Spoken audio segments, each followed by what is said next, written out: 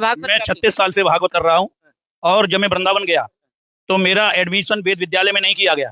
हमसे ये पूछा गया कि आप किस कास्ट के हैं, तो मैंने कहा मैं यादव हूँ। बोले अब जगह भर गई है, अब यहाँ जगह है ही नहीं। जो शास्त्री का सर मुंडन किया गया है, वो आपके साथ रहा है? वो व्यक्ति 4 साल मेरे साथ रहा, मुकुटमणि मुकुटमणि। जी। और वो बहुत ही सदाचारी लड़का है, बहुत अच्छा। लेकिन उसकी गलती ये रही कि वो बिना बेचारे जो है सोचे समझे उस गांव में पहुंच गया। उसके बाद भी उसने अपनी कास्ट बताई कि मैं यादव हूँ।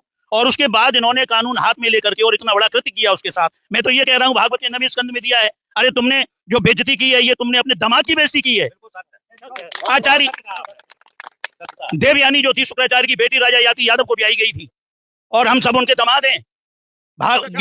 बड़यामी महापुण्यम सर्पाभरम नृणाम यदोर्वंशम नरा सत्वा सर्पापी प्रमुचते। 9वें स्कंद भागवत का ये श्लोक है कि जो यदुवंश की कथा सुनता है उसके हजारों जन्मों के पाप दूर हो जाते हैं। ये मैं नहीं कह रहा, भागवत कह रही है। गीता में भगवान ने कहा है कि सखेति मत्वा प्रसमयुक्तम, हे कृष्ण हे यादव हे सखेति अजानता महिमानम तवेदम मया प्रमादत प्रणयन वापी। स्पष्ट यादव शब्द आया है। यादव के बराबर कोई पूजनीय है ही नहीं। और ये जो कृत्य हुआ है ये बड़ा ही निंदनीय है, बहुत ही भरसक मैं इसकी निंदा कर रहा हूँ। और सारे यादव समाज को मैं चेता रहा हूँ कि आज से ये संकल्प ले लो कि आप जो भी कार्य आज तक ब्राह्मणों से करवाते थे वो स्वयं करिए। तुम्हारे वंश में आज पढ़े लिखे और बहुत अच्छे अच्छे विद्वान पढ़े हैं।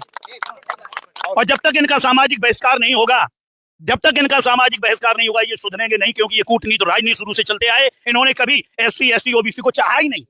इन्होंने हमेशा अपने से दूर रखा। आज भी बताते हैं कि मतलब बराबर पर नहीं बैठने दिया जाता है। ये बहुत निंदनीय बातें हैं। और हम ये जानते हैं कि जो आज ब्राह्मण कुल में पैदा होने के बाद जो शराब का सेवन करते हैं, जो मांस का सेवन करते हैं, उनकी ये मानसिकता है। वो उठ करके चले जाते हैं। वो ये सोच रखते हैं कि ये एक मेरे ब्राह्मण का छोटा बेटा, चाहे वो 10 साल का हो, लोग उसको पाए लागन करें। लोग ये कहें कि पंडित जी पाए लागे। लेकिन ये जमाना अब निकल चुका है, अब ये कुछ भी नहीं है। और ये मानसिकता इनकी बहुत गलत है। एकादशी की एक पुस्तक है, एकादशी की पुस्तक है जिस पर लिखा है कि एकादशी व्रत जो है वो मानव जीवन के लिए उत्थान लाता है। उस एकादशी पुस्तक को मैंने जब एक बार पढ़ा तो उस एकादशी पुस्तक में कुछ नहीं लिखा, केवल ये लिखा है कि आप व्रत करें और सुबह उठने के बाद में पंडित जी को बुलाएं, उनके पैर के अंगूठे को धोएं और उसको पिए, वस्त्र दीजिए। और जो भी जिस तरीके का सीजन हो, अगर गर्म ठंडी का सीजन हो तो गर्म वस्त्र दीजिए, और अगर गर्मी हो तो आप पंखा वगैरह दीजिए। इस तरीके से दाल चावल ये सारी चीजें पंडित जी को दान दीजिए।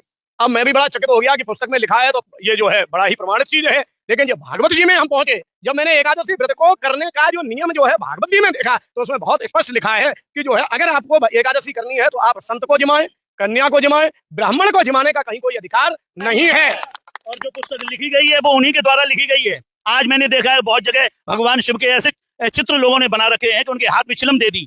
चिलम पीने वालों ने चिलम दे दी भगवान शिव के हाथ में, क्योंकि वो ये दर्शाना चाहते हैं कि भगवान शंकर चिलम पीते थे। भोले बाबा की बेटी भी यदुवंश में भी आई, भोले बाबा की बेटी भी यदुवंश में भी आई।